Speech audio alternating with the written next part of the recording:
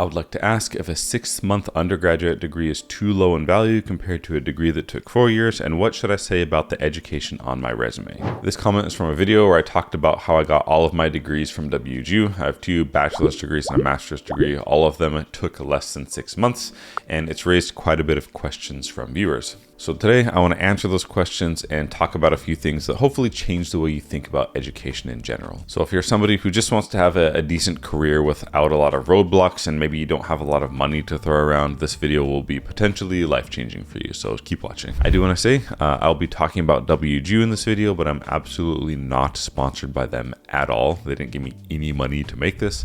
So if you don't mind, please like and subscribe and share this with anyone who you think might benefit from it, like anyone who wants to make a career for themselves, or they're thinking about going to college, but they don't quite have enough money for that. So please like, subscribe, and consider sharing it. So just so you know what you can expect, I'm going to talk about how it's even possible to get a degree in 6 months, like how I personally did it. I'm going to cover why you shouldn't expect a bachelor's degree to take 4 years, or rather why it shouldn't be like a fixed time period of 4 years. And then I'm going to answer the following questions. So what do you put on your resume if you happen to finish your degree in 6 months? What do employers care about the time frame? Do employers recognize WGU at all? What do you say when employers ask you about it? And how do you retain the information if you're able to graduate with a bachelor's degree in 6 months or less? I do recommend watching the whole video, but if you're just interested in me answering the questions, go ahead and skip to this timestamp. So how is it possible to get a degree in 6 months? This becomes possible with competency-based programs. With traditional college, you're kind of forced to spend, a quarter, which is, 8 to 10 weeks on a class. But with competency-based, to pass a class, all you have to do is either turn in some essays, or you take a multiple choice or some other kind of exam, and if you pass it, then you pass the class. So in the instance that you already understand the course material for a given class, it could take you like a week to pass a class, or a day to pass a class in a lot of cases. And with WGU, you just register for a term at a time, and the term is 6 months, like a 6-month time period, and you're allowed to complete as many classes as you possibly can in that 6 months. So if you complete all the classes in 6 months, then you pay for only a single term, which is around $4,000, sometimes less, sometimes more, and you just end up getting a bachelor's degree in 5 months for $4,000, or whatever the case may be. This can become even faster and cheaper if you leverage study.com. Study.com is basically an online education platform where you can take classes and you get credit for those classes, and then you can transfer them into WGU. And why this is good is because study.com is extremely affordable, and if you do, for example, like 15 to 20 classes on study.com, that might end up costing, it's going to be less than $2,000. And if you transfer those into WGU and you only have about one term left of classes left to do at WGU, you end up getting a bachelor's degree for incredibly cheap in an incredibly short time period. I have a bunch of videos where I talk about study.com. I've used it for my second bachelor's degree. A lot of people have used it. It's incredibly affordable, and it kind of helps you get into that online learning state of mind without doing like a huge money commit, like without paying like for a whole quarter at WGU. You can pay, I believe it's around like $230, and you get like a 25% off if you use the link in the description, and you can kind of slowly work on classes and then transfer them into WGU when you're ready to enroll. Decrease time, money, and stress by a lot. Highly recommend checking it out. Getting into why you shouldn't expect a bachelor's degree to take 4 years, or more specifically, why they shouldn't be locked into 4-year time slots. So if you think about it, how many times have you known someone who's like went into computer science or something, and then they dropped computer science only to go into business, right? There's a reason for this, right? There's a lot of mathematical rigor in computer science, and a lot of stuff that's really hard that takes a long time to learn, versus business, where it's like a bit less rigorous, and it's quote unquote easier to kind of absorb the material enough to pass the class faster. A lot of people get mad and butthurt about this, but it's the absolute truth. Like if you think about it, maybe somebody takes 4 years to complete a bachelor's degree in nuclear engineering, right? It's quite difficult. A lot of rigor and difficult things in there. Why would it take like the same person to complete a communications degree in 4 years, right? The comms degree is so easy compared to any STEM degree, like especially nuclear engineering. But universities, like they fit them into these 4-year time slots, and then just fill it with classes that arguably don't really matter, and it doesn't really make sense for all degrees to take 4 years. It just doesn't make sense. If you take away the time constraint of things, you'll end up with something looking like maybe a mechanical engineering degree might take the average person like 4.5 to 5 years. Communications degree maybe will take, like, for example, 1.5 to 2 years or something like this. It's going to be like all over the place. And when you make it a competency-based model, it's going to be even less. Like, people aren't going to be taking 3 to 4 classes at a time and like losing brain cells due to context switching of trying to do different classes.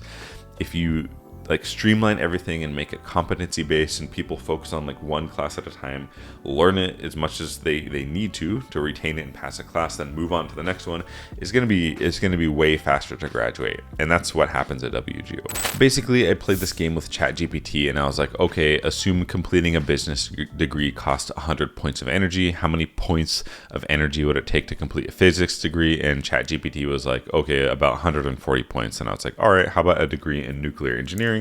And GPT was like 160 points. And I kind of asked it a whole bunch of different degrees, like how much energy would it take relative to like a business degree that was 100 energy points. And it basically came up with this table. And, you know, I don't really know how accurate this is, right? But it just kind of drives my point home that degrees, obviously, I don't even have to say this, they're not created equally, right? So why do they all take 4 years to complete? It just doesn't make sense if you think about it, right? Before I get into answering these common questions, I just want to say WGU is doing a good job at solving this problem. They're removing the time constraint that traditional colleges place on getting your degree, and they're not forcing you to study many different classes at the same time. Typically at WGU, they'll give you 3 classes to do, and you'll start one of them and you'll work on that until it's done, and then you can go to the next one and kind of keep doing that.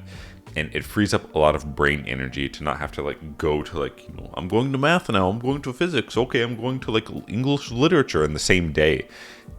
To me, that's like quite crazy, to be honest. So definitely check out this video, study.com, how to use study.com to transfer credits to WGU. It just saves a lot of like mental energy and stress and money.